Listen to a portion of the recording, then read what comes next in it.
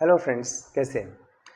आज हम लोग पास्ट इंडेफिनिट की चर्चा करेंगे। पास्ट इंडेफिनिट के बारे में कुछ डिटेल्स आप अपने स्क्रीन पे देख सकते हैं। जैसे पास्ट इंडेफिनिट की पहचान क्या है? पास्ट इंडेफिनिट की पहचान है कि वाक्य के अंत में था, थे, थी शब्द लगा होगा या ता, था, ती, थी, ते, थे इत्यादि शब्द लगा होगा।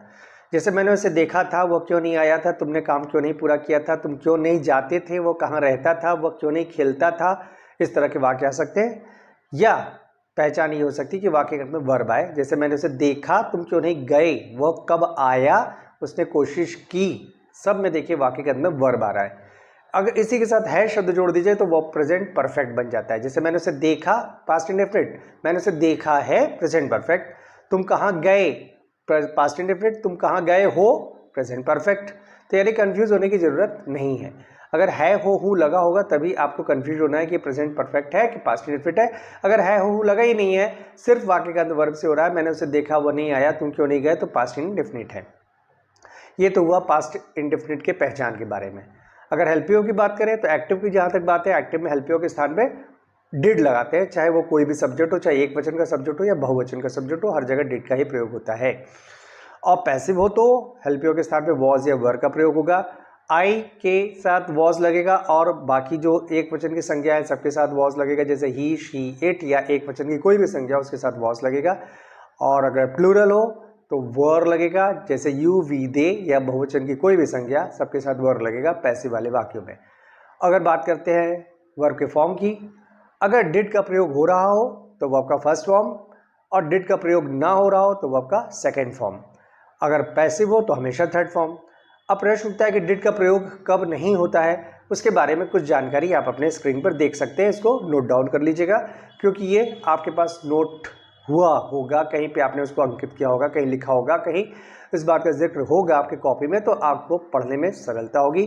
मैं तो हमेशा कहता रहा हूँ कि जब भी आपके सामने कोई भी टेंस के बारे में जानकारी दी हो, सबसे पहले आप उसको नोट कीजिए, अपनी कॉपी बनाइए, और जब यहाँ पे बोर्ड पे मैं उसकी चर्चा कर रहा हूँ तो आपको सुनने में आसानी होगी, समझने में आसानी होगी, सीखने में आसानी होगी। और अगर आप सीधे देख देख के करने की कोशिश करेंगे तो उससे कोई फ़ायदा नहीं होने वाला है, क्योंकि हमारी सबकी मेमोरी उतनी शार्प नहीं है कि कोई चीज़ देखते ही एकदम दिमाग में छप जाए। ऐसी मेमोरी हम लोग की भगवान ने नहीं दी है, इसलिए हम लोग को लिख के ही हर चीज़ करना पड़ता है। तो चलिए शुरू करते हैं। तो आज सबसे पहले सकारात्मक वाक्य की चर्चा करेंगे हम लोग। आज इंट्रोगेटिव सेंटेंसेस नहीं, उसको अगले वीडियो में चर्चा करने वाले हैं। तो सबसे पहले आज जो वाक्य आपके स्क्रीन पर है वो है, वह किसी से बात नहीं करता था। ये पास्ट इंडेफिनिट का एक पहचान है कि इसमें ता था लगा है। देखिए ता था, वर्ब के साथ ता था लगा है, और ये हमेशा की बात है कि वो बात नहीं करता था। देखिए किसी स्पेसिफिक टाइम पीरियड की बात नहीं है, इसलिए कंफ्यूज मत होइएगा कि पास्ट परफेक्ट है। वैसे भी ता था लगा हो तो पास्ट परफेक्ट हो ही नहीं सकता है, इसमें कोई डाउट नहीं है। ता था लगा है तो 100% ये पास्ट इंडेफिनिट का वाक्य है, इसलिए इसको हम लोग पास्ट इंडेफिनिट मानेंगे। और हमेशा की तरह हम लोग क्या खोजेंगे, वर्ब। वर्ब क्या है? बात करना। बात करना वर्ब क्यों है? क्योंकि इसमें कर शब्द लगा हुआ है। जिस शब्द के साथ कर शब्द लगा होता है उसको हम लोग वर्ब कहते हैं। तो यहाँ पे बात करना वर्ब है। अब ऑब्जेक्ट खोजेंगे, किससे शब्द लगा के प्रश्न करते हैं, किससे बात करता था, तो उत्तर मिला किसी से। किसी से की जो शब्द है इसको हम लोग ऑब्जेक्ट मानेंगे। अब हमें सब्जेक्ट खोजना है। सब्जेक्ट खोजने के लिए कौन लगा के प्रश्न करेंगे, कौन बात करता था, कौन बात करता था, वह बात करता था, वह हो गया आपका सब्जेक्ट। जैसे आप जानते हैं अगर वाक्य में सब्जेक्ट हो तो वाक्य क्या कहलाता है? एक्टिव कहलाता है। बिल्कुल सही। अगर वाक्य एक्टिव तो हेल्पियो की जगह क्या यूज करना चाहिए? डिड, क्योंकि पास्ट इंडेफिनिट में हेल्पियो अब क्या लगता है? एक्टिव में डिड लगता है। डिड हमने नोट कर लिया। अब ट्रांसलेशन करेंगे। जैसा आप जानते हैं ये वाक्य सकारात्मक है क्योंकि इसमें कोई भी प्रश्नवाचक शब्द नहीं लगा हुआ है। प्रश्नवाचक शब्द का क्या मतलब हुआ? प्रश्नवाचक शब्द वो जिससे पढ़कर ये लगेगा कि किसी से कुछ पूछा जा रहा है। जैसे तुम कहाँ रहते थे, क्या करते थे, कब जाते थे, कुछ इस तरह के शब्द दिए होंगे। क्यों, कहाँ, कब, कैसे, कितना, कितनी, कितने, किसका, किसकी, किसके, कौन सा, कौन सी, किस प्रकार का, कुछ इस तरह के जो शब्द होते हैं, अगर वो वाक्य में दिया हो तो हम लोग कहेंगे वाक्य प्रश्नवाचक वाक्य है, नहीं तो कहेंगे सकारात्मक वाक्य। ठीक है। तो सबसे पहले सब्जेक्ट की इंग्लिश बनाने के लिए कह रहा है, अगर वाक्य एक्टिव हो तो सब्जेक्ट है आपका वह की इंग्लिश होती है ही। नंबर 2 लिखा है हेल्पियो का पहला भाग, आपने हेल्पियो नोट किया डिड तो लिख देंगे डिड, ही डिड। नंबर 3 लिखा है नॉट, नॉट है तो नॉट लिख देंगे। नंबर 4 लिखा है हेल्पियो का बचा भाग, तो डिड के बाद कोई बचा भाग नहीं है, यानी डिड के साथ कोई हेल्पियो का बचा भाग जुड़ा नहीं है। वैसे भी पास्ट इंडेफिनिट का जब आप ट्रांसलेशन कर रहे होंगे, पास्ट इंडेफिनिट से रिलेटेड या प्रेजेंट इंडेफिनिट से रिलेटेड किसी भी वाक्य को ट्रांसलेट कर रहे होंगे तो उसमें हेल्पियो के दूसरे भाग की जगह कुछ नहीं आने वाला है। नंबर 5 वर्ब, वर्ब क्या है, बात करना, टॉक टू, टॉक टू माने से बात करना, टॉक टू, खाली टॉक नहीं लिखेंगे, टॉक टू माने से बात करना। नंबर 6 ऑब्जेक्ट, ऑब्जेक्ट क्या है, किसी से, anyone, he did not talk to anyone. तो ये पहला वाक्य था, इसको अगर आपको समझ में ना आया हो तो फिर से रिवाइंड करके देखिएगा, क्योंकि ये सुविधा आपके पास है। अगला वाक्य जैसे आप देख सकते हैं, मैं उसे नहीं जानता था, मैं उसे नहीं जानता था, ये भी पास्ट इंडेफिनिट है। क्यों पास्ट इंडेफिनिट है, क्योंकि वर्ब है जानना, उसके साथ था शब्द लगा हुआ है, तो ये पास्ट इंडेफिनिट की पहचान है। अब वर्ब क्या है, वर्ब है जानना, जानना, जानना, क्योंकि ना अक्षर जोड़ सकते हैं इस शब्द के साथ, तो जानना वर्ब है। वर्ब खोजने के बाद ऑब्जेक्ट खोजते हैं, ऑब्जेक्ट खोजने के लिए क्या करते हैं, किस क्रिया के पीछे किसको लगा के प्रश्न करिएगा, किसको जानता था, किसको जानते हो, किसको जानते हो, किसको जानते हो, उसे, उसे हो गया आपका ऑब्जेक्ट। अब सब्जेक्ट खोजना है, सब्जेक्ट खोजने के लिए क्रिया के पीछे कौन शब्द लगा के प्रश्न करते हैं, कौन जानता है, कौन जानता है उसे, कौन जानता है, या उसे कौन जानता था, मैं, तो मैं जानता था, तो मैं हुआ सब्जेक्ट, फिर से सब्जेक्ट दिया हुआ है, इसका मतलब वाक्य एक्टिव है। अगर एक्टिव है तो हेल्पिंग में क्या लगेगा, डिड लगेगा, क्योंकि वाक्य में एक्टिव होता है तो पास्ट इंडेफिनिट में डिड का प्रयोग किया जाता है। अब ट्रांसलेशन करेंगे, ये भी एक सकारात्मक वाक्य है, तो सबसे पहले सब्जेक्ट की इंग्लिश बनाएंगे, क्योंकि वाक्य एक्टिव है तो सब्जेक्ट क्या है, मैं की इंग्लिश हो जाएगी आई। नंबर 2 हेल्प यू का पहला भाग, हेल्प यू आपने क्या नोट किया है, डिड। नंबर 3 नॉट, नॉट है तो नॉट लिख देंगे। नंबर 4 हेल्प यू का बचा भाग, डिड के बाद कुछ नहीं जुड़ा हुआ है, छोड़ देंगे। नंबर 5 वर्ब, वर्ब है जानना, know, KNOW, know. Number 6 object, अगर वाक्य एक्टिव हो तो ऑब्जेक्ट है उसे, उसे की English him, I did not know him. अगला वाक्य, हमने किसी को नहीं देखा, ये भी एक पास्ट इंडेफिनिट वाला वाक्य है। क्यों है, क्योंकि वाक्य के अंत में वर्ब आया, देखा, जैसे हम लोगों ने एक बात आया था, अभी हमने डिस्कस किया था कि वाक्य के अंत में अगर वर्ब आए और वाक्य पढ़कर लगना चाहिए कि काम हो चुका है। ये बात विशेष रूप से ध्यान में रखिएगा कि कोई कुछ और भी वाक्य होते हैं जो कि पास्ट इंडेफिनिट श्रेणी में नहीं आते हैं, और वहाँ पे वाक्य पढ़कर ये बिल्कुल नहीं लगेगा काम हो चुका है, तो उसको हम लोग पास्ट इंडेफिनिट की श्रेणी में नहीं रखेंगे। वो कौन से वाक्य हैं, जैसे कुछ उदाहरण के रूप में बता दूं, जैसे चलो उससे बुलाएं, चलो उसे बुलाएं, ठीक, क्या लग रहा है, मैं उसे क्यों पैसा दूं, क्या लग रहा है, इसे वाक्य पढ़कर लग रहा है कि क्या काम हो चुका है, ऐसा लग रहा है, नहीं लग रहा है ना, तो ये सब पास्ट इंडेफिनिट की श्रेणी में नहीं है। तो ये बात दिमाग में बराबर रहना चाहिए कि अगर पास्ट इंडेफिनिट का वाक्य है तो वाक्य पढ़कर जरूर लगेगा कि काम हो चुका है, बीते समय की बात हो रही है, वो वर्तमान में वो काम नहीं हो रहा है या होना बाकी नहीं है, ऐसा बिल्कुल नहीं लगेगा। इसलिए ये बात दिमाग में अच्छी तरह से रखिएगा। तो वाक्य के अंत में वर्ब आया तो ये आपका हुआ पास्ट इंडेफिनिट, और वाक्य पढ़कर भी लग रहा है कि काम हो चुका है, इसलिए ये पास्ट इंडेफिनिट है। और ये प्रेजेंट परफेक्ट क्यों नहीं है, क्योंकि यहाँ पे है नहीं लगा है। अगर प्रेजेंट परफेक्ट होता तो देखा है लगा होता, ठीक है। तो इस प्रेजेंट परफेक्ट और पास्ट इंडेफिनिट के बीच में जो कंफ्यूजन है उसको क्लियर कर लीजिए। कोई कंफ्यूजन नहीं, सच बताएं तो कोई कंफ्यूजन नहीं है। कंफ्यूजन तब होता है जब आप सिर्फ एक पक्ष याद रख रहे हो, वो क्या कि काम हो चुका है, काम हो चुका है। भाई खाली काम हो चुका है दिमाग में रखेंगे तो आप कंफ्यूज हो ही जाएंगे। आपको ये भी तो याद रखना है कि वाक्य का अंत किससे हो रहा है। यहाँ पे वाक्य का अंत अगर है से होता तो निश्चित रूप से आप उसको प्रेजेंट परफेक्ट कहते हैं, वहां भी कंफ्यूजन नहीं होता। तो यहाँ पे तो है हूँ कुछ लिखा नहीं है, वाक्य के अंदर वर्ब आया तो इसलिए इसको आप पास्ट इंडेफिनिट ही मानेंगे। वाक्य के अंदर अगर वर्ब आया तो वो पास्ट इंडेफिनिट ही है। ओके, तो सबसे पहले वर्ब देखते हैं। वर्ब क्या है, देखा, देखा वर्ब है। देखा मतलब क्या होता है, देखना, ना अक्षर लग सकता है इसलिए वर्ब है।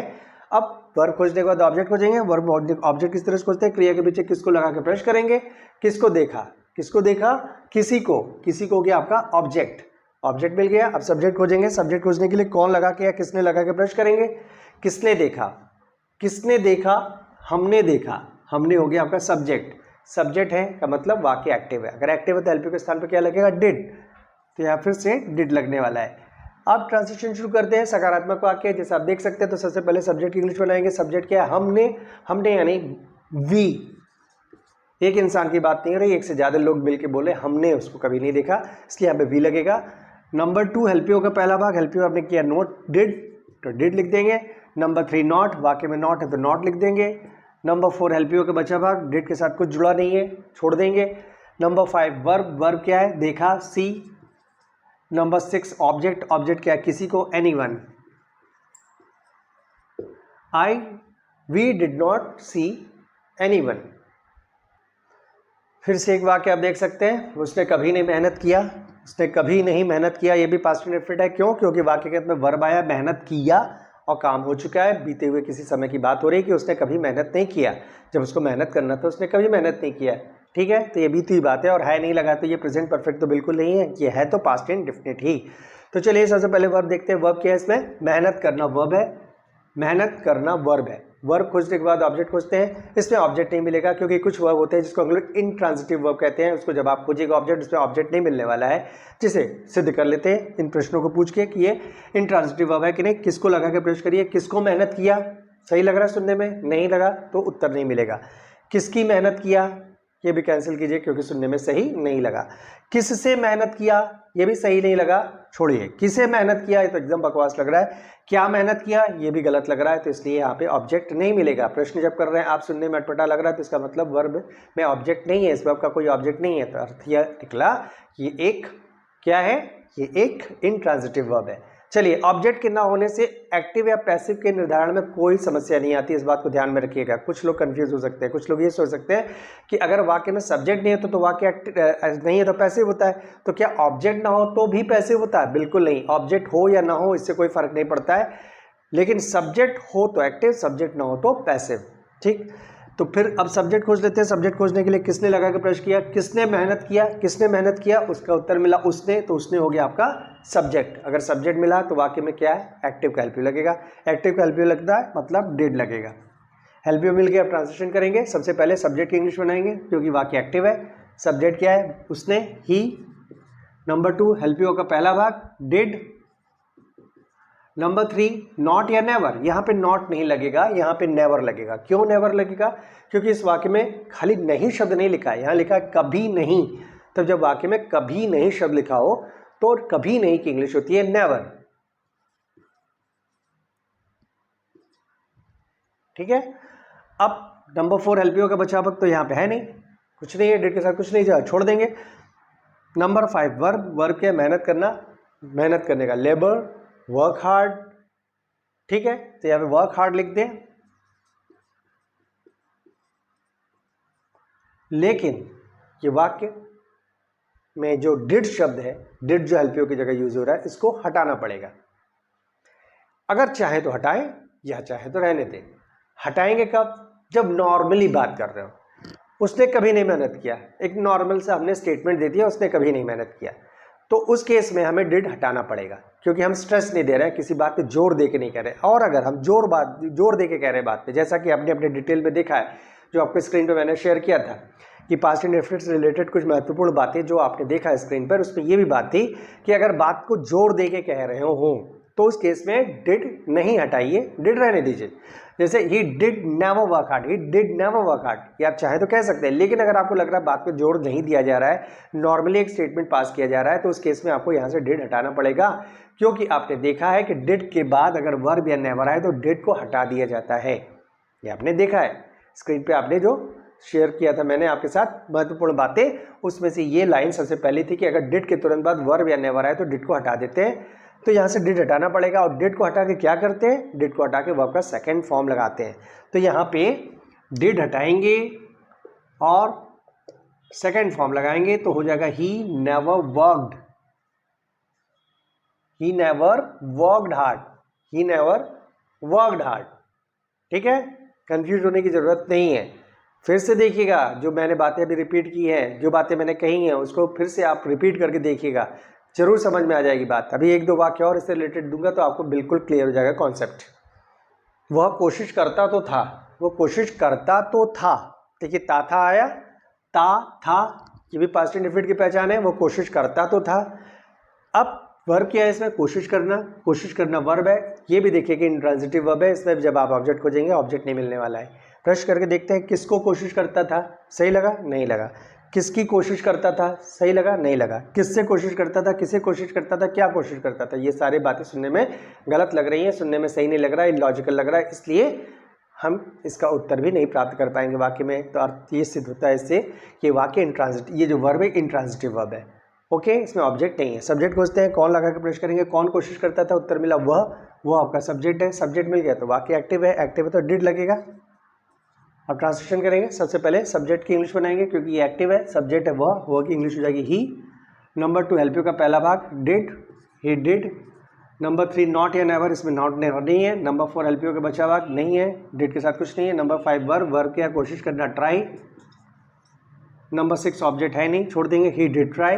अब यहाँ से डिड हटाएंगे कि नहीं हटाएंगे, यहाँ से डिड नहीं हटाएंगे, क्योंकि आपने देखा है, लिखा है, आपने जो चीज़ उतारी है अभी महत्वपूर्ण बातों में, उसमें ये भी एक बात है कि अगर वाक्य में तो शब्द लगा हो वर्ब के साथ, कोशिश करता तो था, वर्ब के साथ तो आना चाहिए।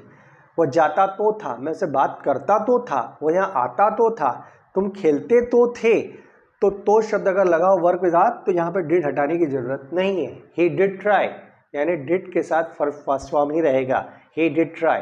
ओके, बच्चे खेलने गए, बच्चे खेलने गए, एक छोटा सा वाक्य है, लेकिन इस छोटे से वाक्य में दो वर्ब है। पहला वर्ब है खेल गए और दूसरा वर्ब है खेलने।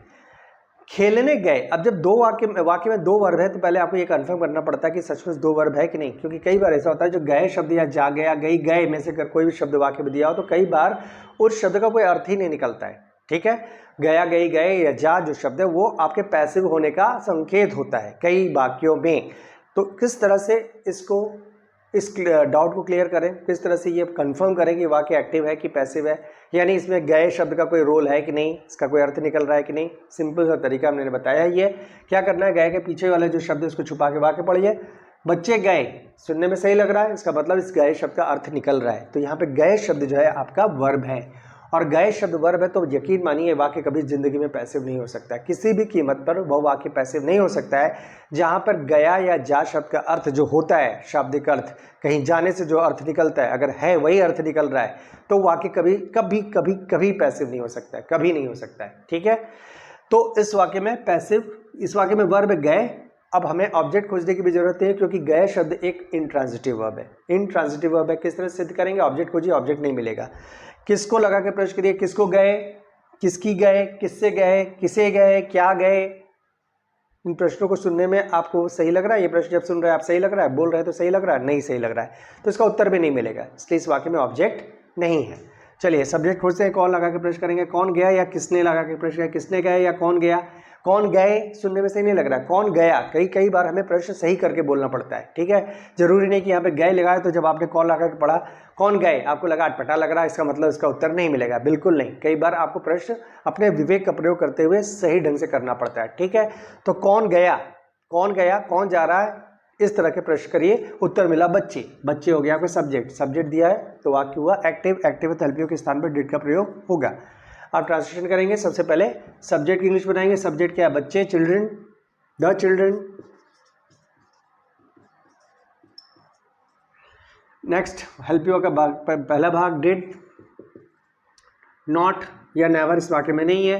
हेल्पियो का बचा भाग नहीं है, डिड के साथ कुछ जुड़ा नहीं है। नंबर 5 वर्ब, वर्ब गए, गो। नंबर 6 ऑब्जेक्ट नहीं है। अब बचा क्या रह गया, खेलने। जब वाक्य में वर्ब के साथ ने अक्षर जुड़ा हुआ हो, बचा रह जाए तो टू लगा के उसका फर्स्ट फॉर्म, टू प्ले। हालांकि गो एक ऐसा वर्ब है जिसके बाद एक दूसरा वर्ब आए तो उसमें सॉरी, तो उसमें वर्ब का आईएनजी फॉर्म लगाना चाहिए, कायदे से देखा तो चाहिए। ठीक है, तो होना चाहिए चिल्ड्रन डिड गो प्लेइंग। गो के बाद जब दूसरा वर्ब आता है तो उसमें आईएनजी लगाना चाहिए, रूल यही कहता है, गो प्लेइंग।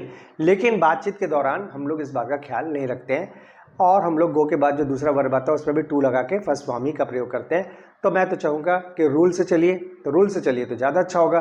तो गो के बाद टू हटाइए और सीधे आईएनजी फॉर्म लगाइए। तो the children did go playing, लेकिन इसमें अभी एक चीज़ और रह गया, क्या, डिड हटाने का रोल। क्यों डिड हट रहा है, क्योंकि यहाँ पर डिड के बाद वर्ब आ रहा है और बात पे जोर भी नहीं दिया जा रहा है, एक सिंपल सा स्टेटमेंट दिया जा रहा है कि बच्चे खेलने गए। ठीक है, इसमें किसी बात पे कोई जोर नहीं दिया जा रहा है, इसलिए यहाँ पे डिड के बाद अगर वर्ब आया है तो डिड को हटाएंगे, और जब डिड को हटाएंगे क्या करना पड़ेगा, वर्ब का सेकेंड फॉर्म लगाना पड़ेगा। तो गो का सेकेंड फॉर्म क्या होता है, वेंट। तो द चिल्ड्रन वेंट प्लेइंग।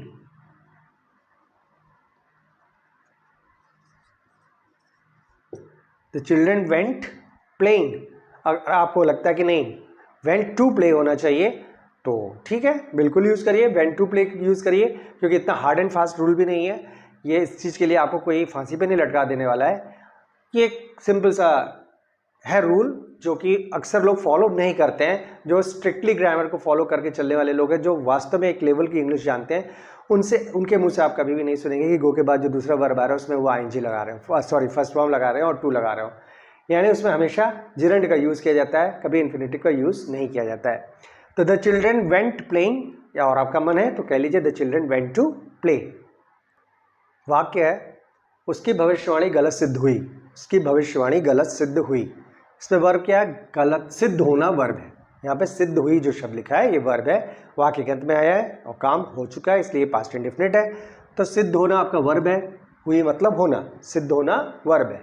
अब इसमें ऑब्जेक्ट खोजते हैं, किसको सिद्ध हुई, किसकी सिद्ध हुई, किससे सिद्ध हुई, किससे सिद्ध हुई, क्या सिद्ध हुई, क्या सिद्ध हुई, गलत सिद्ध हुई, क्या गलत, क्या सिद्ध हुई, गलत सिद्ध हुई। तो यहाँ पे गलत शब्द आपका हो गया ऑब्जेक्ट, क्या सिद्ध हुआ, गलत सिद्ध हुआ। तो क्या शब्द हो गया, गलत शब्द हो गया आपका ऑब्जेक्ट। अब सब्जेक्ट खोजते हैं, सब्जेक्ट खोजने के लिए कौन या किसने लगा के प्रश्न करते हैं, कौन सिद्ध हुआ, गलत, कौन सिद्ध हुआ, कौन गलत सिद्ध हुआ, तो उत्तर मिला उसकी भविष्यवाणी गलत सिद्ध हुई। तो यहाँ पे उसकी भविष्यवाणी हो गया आपका सब्जेक्ट। तो सब्जेक्ट मिल जाने का मतलब वाक्य है एक्टिव, तो हेल्पियो के स्थान पर डिड का प्रयोग करेंगे। अब ट्रांसलेशन करते हैं। सबसे पहले सब्जेक्ट की इंग्लिश बनाएंगे। सब्जेक्ट क्या है, उसकी भविष्यवाणी, हिज प्रेडिक्शन, हिज प्रेडिक्शन, ठीक।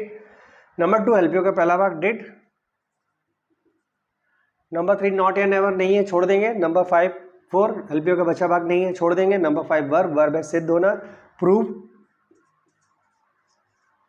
नंबर 6 ऑब्जेक्ट, ऑब्जेक्ट क्या है, उसकी भविष्यवाणी, सॉरी बचा क्या, गलत, गलत, wrong. His prediction did prove wrong. यहां से डिड हटेगा कि नहीं, सही कहा आपने, डिड हटेगा। क्यों? क्योंकि डिड के बाद वर्ब आ गया, अब बात पे कोई स्ट्रेस नहीं दिया जा रहा है, इसलिए डिड हटेगा। और डिड हटेगा तो सेकंड फॉर्म लगेगा, प्रूव का सेकंड फॉर्म प्रूव। डिड आएंगे, प्रूव्ड लिखेंगे। His prediction proved wrong, his prediction proved wrong. वाक्य है फैसला ले लिया गया, फैसला ले लिया गया। ये भी एक पास्ट इंडेफिनिट है क्योंकि वाक्य के अंत में वर्ब आ रहा है, ले लिया गया, ठीक। अब इस पे गया शब्द लगा हुआ है जो कि इस बात का संकेत हो सकता है कि वाक्य पैसिव हो, लेकिन हमें पहले कंफर्म होना पड़ेगा। जल्दबाजी मत कीजिएगा, गया शब्द देखते ही ये मत उछलने लगिएगा कि चलो अब तो जरूरत ही नहीं ऑब्जेक्ट खोजने के लिए, सब्जेक्ट खोजने के लिए, चलो हो गया वाक्य पैसिव है, चलो बनाना शुरू कर देते हैं। बिल्कुल इस तरह की गलती मत करिएगा, पहले चेक करते हैं। क्या करते हैं, गया के पीछे वाले शब्द को छुपा लेते हैं, लिया शब्द छुपा लेंगे, फैसला ले गया, फैसला ले गया, सही लग रहा है, नहीं सही लग रहा है, इसका अर्थ ये निकला कि इस गया का कोई रोल नहीं है और ये वाक्य पैसिव है। तो पैसिव है तो वर्ब किसको मानेंगे, ये ले लिया को वर्ब मानेंगे, गया को वर्ब नहीं मानेंगे क्योंकि गया को कोई मतलब ही नहीं निकल रहा है, तो ले लिया को वर्ब मानेंगे। अब ऑब्जेक्ट खोज के देखिए, ऑब्जेक्ट तो मिल ही जाएगा, किसको ले लिया गया या क्या ले लिया गया, फैसला, फैसला हो गया आपका ऑब्जेक्ट। और इसके अलावा सब्जेक्ट तो दिख ही नहीं रहा है, इसके अलावा कुछ और शब्द तो दिखा ही नहीं है, सब्जेक्ट तो है नहीं, फिर भी ले लेते हैं, प्रश्न कर लेते हैं। किसने फैसला ले लिया, किसने फैसला ले लिया, इसका उत्तर नहीं लिखा है, इसका मतलब वाक्य में सब्जेक्ट नहीं है। सब्जेक्ट नहीं है तो मतलब वाक्य हुआ पैसिव, और पैसिव तो हेल्पियो के स्थान पर क्या यूज होगा, वॉज या वर।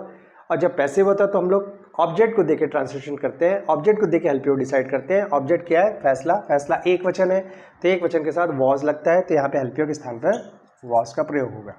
अब ट्रांसलेशन करते हैं। सबसे पहले सब्जेक्ट की इंग्लिश बनाते हैं, अगर वाक्य एक्टिव हो तो, ये तो वाक्य एक्टिव है नहीं, ये तो पैसिव है, तो किसकी इंग्लिश बनाएंगे, ऑब्जेक्ट की इंग्लिश बनाएंगे। ऑब्जेक्ट क्या है, फैसला, the decision,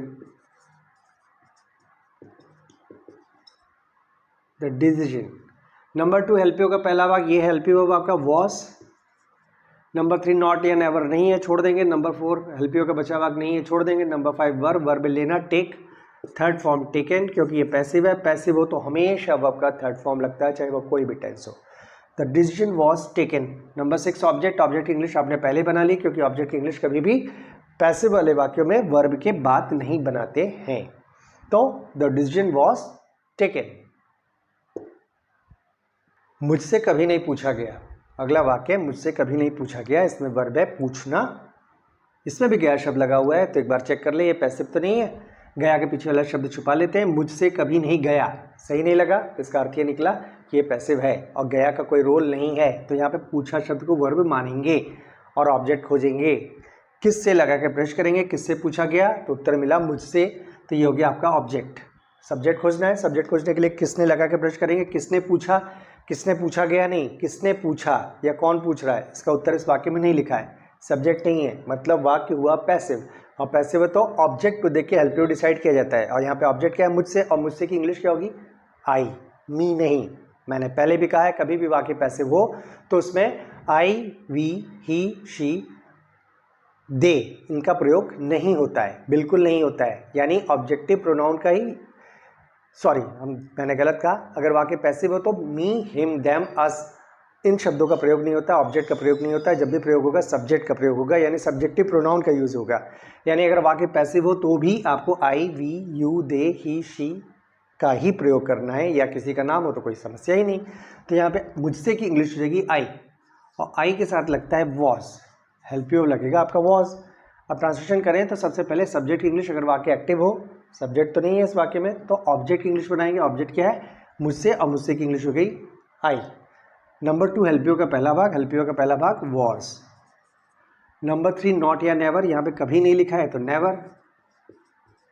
number 4 help you का बचा भाग नहीं, छोड़ देंगे। नंबर 5 वर्ब, वर्ब है पूछना, आस्क, और पैसिव है तो हमेशा, third form I was never asked.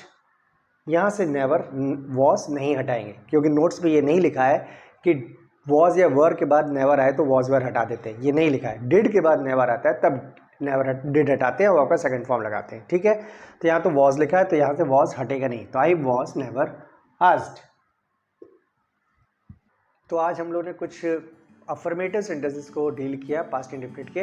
मैं आशा करता हूँ कि आपको इस वीडियो से कुछ हेल्प मिला होगा सीखने में। अगर मिला है तो इसकी चर्चा दूसरों के साथ कीजिए, दूसरों के साथ शेयर कीजिए और सब्सक्राइब कीजिए, ताकि मैं और इसी तरह की वीडियो बनाता रहूँ। मैं आशा करता हूँ कि आप मेरे अगले वीडियो का इंतजार करेंगे। और इस वीडियो के अंत में मैंने कुछ होमवर्क के रूप में दिया हुआ है और इसका आंसर भी मैंने उसी के साथ दे दिया है। पहले आपको अलग से जो सेंटेंसेस है वो दूंगा, उसको आप पहले उसका ट्रांसलेशन करिएगा। ट्रांसलेशन करने के बाद उसका आंसर मिला के देखिएगा कि आपके द्वारा किया गया ट्रांसलेशन और जो उसका आंसर दिया हुआ है वो टैली कर रहा है कि नहीं। अगर नहीं कर रहा है तो आप कभी भी मुझसे पूछ सकते हैं, आप कमेंट में पूछ सकते हैं, कमेंट में डाल के मुझसे उसका आंसर ले सकते हैं। मैं हमेशा आपके सेवा में तैयार हूँ। तब तक के लिए